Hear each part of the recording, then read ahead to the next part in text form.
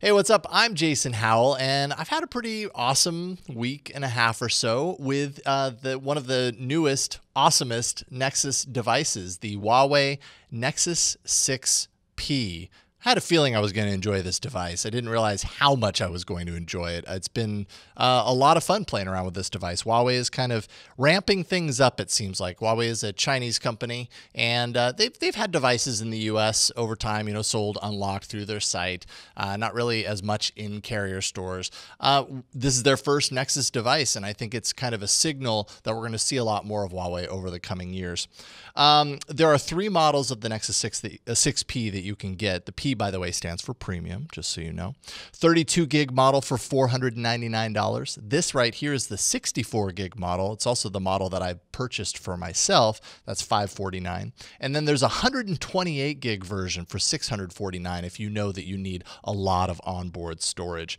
It has a 5.7-inch QHD display that's running at 1440 by 2560 resolution. It's an AMOLED display, and so the colors, the imagery, everything on here is sharp and crisp, bright in sunlight, all that kind of stuff at 518 pixels per inch. Probably more than you'll ever need on a phone, to be honest, but hey, it looks really nice. It's running a Snapdragon 810 processor. This is the processor that's known to run a little hot, though I didn't really discover that with the 6P other than when I was first setting it up and it was downloading and installing all of the apps that I have installed on my device, of which I have a lot. 3 gigs of RAM, which I think is totally ample right now. 12.3 megapixel rear-facing camera up here, and I'm going to go into detail on that, but let's just say it's an excellent camera. It has laser autofocus, dual LED flash. It's capable of 4K video, as well as 240 frames per second slow motion, which can get you into trouble because it's just that much fun. 8 megapixel front-facing camera up there, also no slouch. There is no micro SD card slot, so you really want to think when you're buying this which size configuration you want right off the top. If you think you're going to need a lot of storage, pony up, get the 128 gig version. I feel like personally 64 gigs is sufficient for my needs. Also on the back here is this little circular thing. That's the Nexus imprint, also known as the fingerprint sensor. And this, can turn it on from being off. I'll try and illustrate this. So all I'm doing is tapping my finger on the count of 3. 1, 2, 3. There we go, and it comes right on, and it wakes up from a screen off state. Underneath here, the new standard USB-C, and you can see right here, this is the included cable. This basically means that it can go in either direction, unlike other forms of USB. It's just going to slide right in there no matter how you do it. And it also has some other perks like fast charge. And then finally, a non-removable 3450 milliamp hour battery underneath.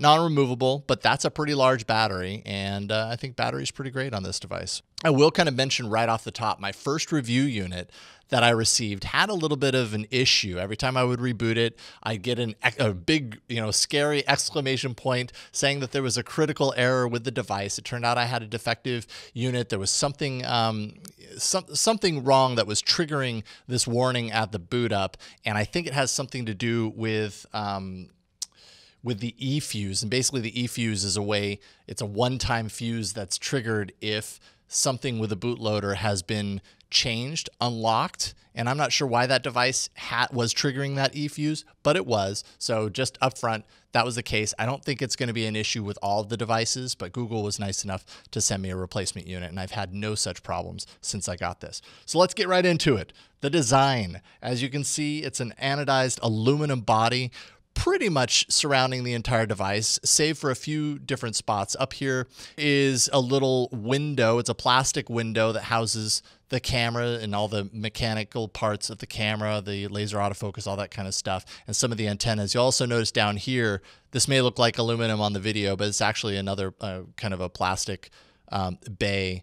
More so, I think, to let the antennas actually shine through, because it's really hard for that stuff to get through actual metal. It has a narrower body than my previous phone, the Nexus 6, which I thought was just a little too wide.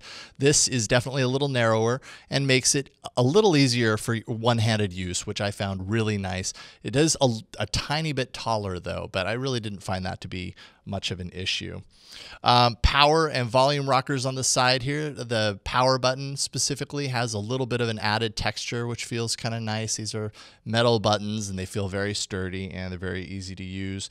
Stereo front-facing speakers here that I have to say sound great. The stereo in my car is broken right now, so I'm actually using these speakers a lot. And on my Nexus 6, sound would kind of distort if I turned it up all the way. Here, I'm not getting that distortion. I feel like it's a lot cleaner, and it sounds really good. There is a notification light up here. You have to actually go into the settings to turn it on if you want to see it, but it is on the device, and I find that very useful. I will say that the haptic response of this device is a little weak. If it's in my pocket, let's say, and I get a notification or a call comes through, there were a couple of times where the haptic vibration wasn't enough for me to realize that it was going off, and that's kind of a bummer. But it feels really nice when you're doing things like typing or whatever, and you're getting that kind of kick while you're doing those sorts of things on the screen. I will also note that iFixit actually just posted their repairability review of the 6P. They give it a 2 out of 10 for repairability, which is, yeah, not very good. Everything's just kind of so sealed and in some cases glued together that repairing components after the fact is going to be an issue. So keep that in mind. You might want to pony up for the Nexus Protect plan when you buy this from the Google Play Store. That's $89 for 2 years of coverage. And then if you need to replace the device within that 2 years, it's just $79 to do that. So let's talk a little bit about the camera, which I think is one of the big selling points on the 6P. Finally, we have a Nexus device that has an excellent camera that can go toe-to-toe with some of the best cameras on the market today, including the iPhone's camera, which is notorious for being one of the best, if not the best, in mobile. There is a updated camera app, stock camera app, and it can do some really cool things. The camera itself is capable of shooting RAW, but unfortunately this camera app does not do that. But you can find plenty of third-party apps that'll do that kind of stuff for you. But you know, I've included a number of pictures to kind of cycle through and everything, and there's just a lot of detail in all the images. You can really kind of zoom in on certain elements and see a lot of sharp details. Things don't really break up even when you get super close on it, and that's really nice to see.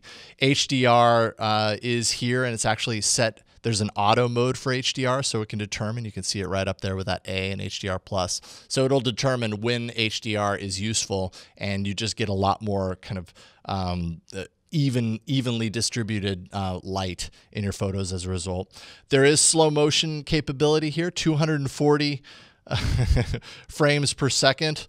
I'll go ahead and embarrass myself maybe a little bit here and show that this is what I look like when I'm moving my face back and forth in slow-mo. Hey, it's almost Halloween, so that kind of makes sense. And then I think one of the big bonuses here is that low light performance is just top-notch. And let's see here. Yeah, this was shot really late at night. I mean, there was hardly any light in the sky, even though you're seeing it here. And if I get in on those leaves on the tree, you see just kind of like the light and the detail bouncing off the leaves. There was not much light here, yet it was still able to do this. I've been really impressed by the low light performance. There was my dinner. It was delicious, by the way.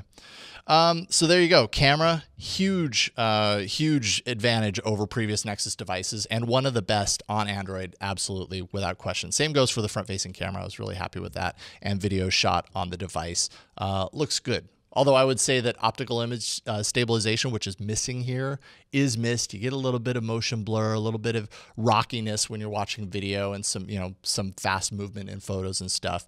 But more or less, I'd say, they sacrificed in probably the right ways, and I'm happy with what I saw.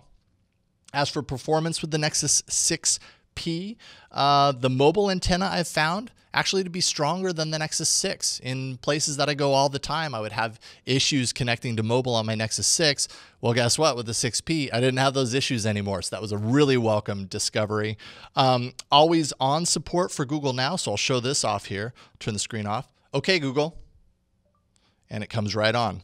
You can do that from screen off. Not all devices are capable of doing that. The Nexus 6P is. And hey, if you don't know what I'm saying out loud, you can see Google Now's transcription of what I'm saying. Nice bonus, I suppose. And everything just feels nice and performant and super snappy. Just kind of, going through the OS. It never really felt like anything was slowing me down and, managing my multitasking and everything. It was just a breeze. So I'm very happy with how it performs. Now, the battery is another big deal here. It's a nice size, chunky battery. And I would say pretty much my days are pretty easy to map out. 6 a.m., I take it off the charger. I put it back on somewhere around midnight. And that's just the way it was. And I'm pretty much every day. I was putting it back on the charger. It had 30% remaining. And I use my phone a pretty good bit here at Twit. So hey, I think that works for me. Everybody uses their device differently, so your mileage is definitely going to vary as far as how much you use your device and how that's going to affect your battery. I felt like I felt like it went above and beyond my expectations for a device, and I'm very happy with that. Syncing a ton of accounts, plenty of navigation, all that kind of stuff. And regardless, it has fast charge, right, through USB-C. So I think you can get up to 8 hours of juice in 15 minutes of fast charge, and that's pretty impressive. So, get one for your car when you're doing little jaunts, and you're going to get usable, sizable increases as a result of that. And by the way, you can actually use this device to charge another device. That's how awesome the battery is. You just plug the USB-C cable in one end. There's a cable provided also for plugging the other end into any phone through a normal USB connector. But I can do it here with the Nexus 5X, the other Nexus device, and you'll see that, hey, what do you know? There's a little charging indicator up there. I'm actually sending battery from the 6P over to the 5X, and that's a cool extra feature. Now, real quick here, software. This is running Marshmallow right out of the box. Marshmallow is the most recent version of Android with some very significant, I think, updates. Doze, which is extending standby. So Doze essentially means if I set my phone down and the sensors inside the phone detect that I have not picked it up and I'm not using it for a certain amount of time, let's say an hour or two, it will ramp down how it's syncing in the background, saving your battery. So you could literally leave it unplugged like this overnight, wake up the next day, and you've maybe lost 1% of battery. That's significant in my opinion. Google Now on Tap, which is a way to scan the contents of a screen. Let's not do that video, but if I hold down my home button, it'll go ahead and scan the screen, and then it'll give me contextually, based on what it sees, some things like here, Amsterdam was probably mentioned in a post, a video, that sort of stuff, and I can go right there through that. So Google Now continues to get awesome. One of the huge advantages of Nexus devices, buying Nexus, is updates. Right? Everybody criticizes Android because updates are so difficult across large swaths of random devices across, in the ecosystem. Nexus devices are pretty much always the first ones to get any updates whatsoever, including monthly security updates. So if you get the 6P, you're guaranteed to have the most recent version of the OS for at least 2 years beyond your purchase, and you're going to get regular security updates every single month to keep it secure. That's pretty awesome. All right, so that's a lot of words about the Nexus 6P. Let's get into the pros of this device. It's just a solid premium design that I really love it. Nearly perfect camera. The display is sharp, crisp, and there's just little to complain about on the display. It has an excellent fingerprint sensor that is very responsive and, extra secure.